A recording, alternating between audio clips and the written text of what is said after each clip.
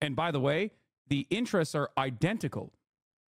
In this instance, it's not small arms manufacturing, but also, you know, ordnance.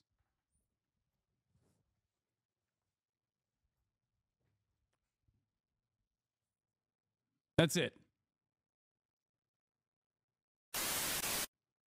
John Kirby, what? Oh, John Kirby, Israel's biggest dick rider, is back in the news across from George Stephanopoulos, and he's going to give a stern talking to.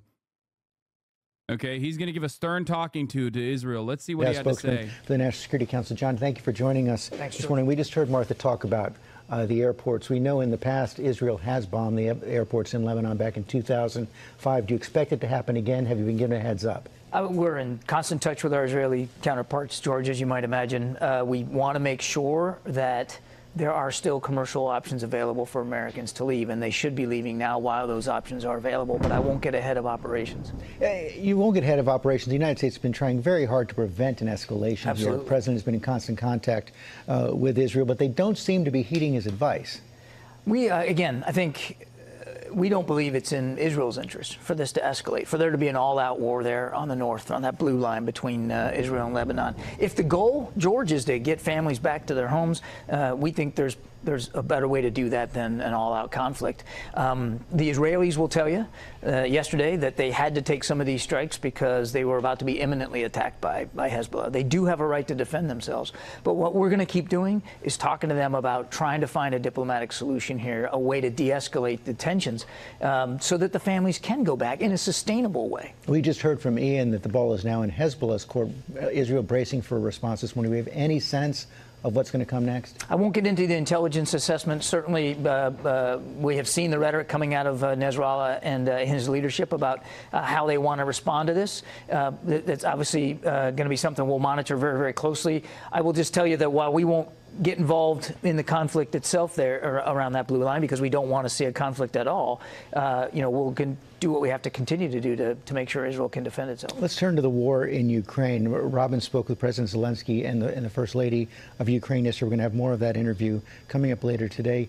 He seems to believe that peace is closer than we think if the United States and the Western allies continue to provide Ukraine with the assistance it needs. He will continue to get that assistance. You know, he's going to meet with the president Thursday back in Washington after the UN General Assembly concludes. And I fully expect that you'll hear the president talk about continued and additional support to Ukraine as we head into the fall and winter months, particularly as Mr. Putin tries to weaponize the winter weather, going after their energy grid and infrastructure. So President Zelensky can rest assured that he'll continue to have the United States support and the other 50-some-odd nations that are providing. Are we seeing the outlines of a possible peace?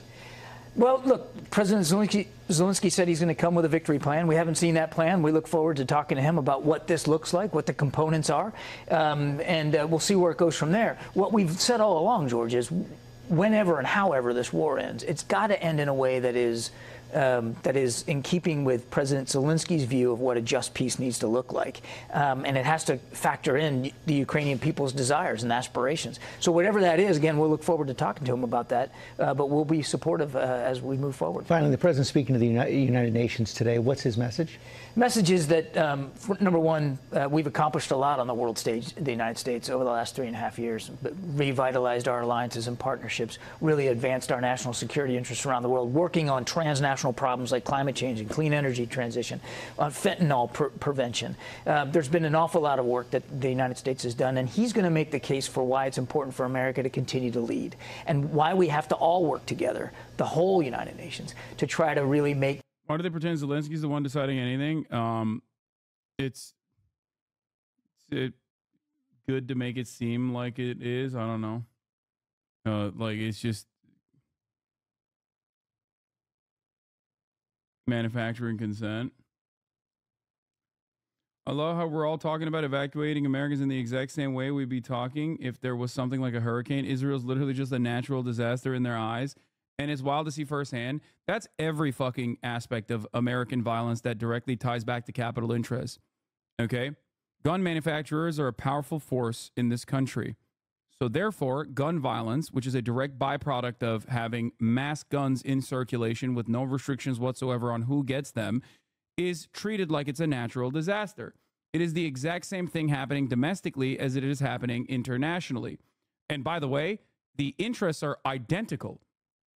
In this instance, it's not small arms manufacturing, but also, ordnance.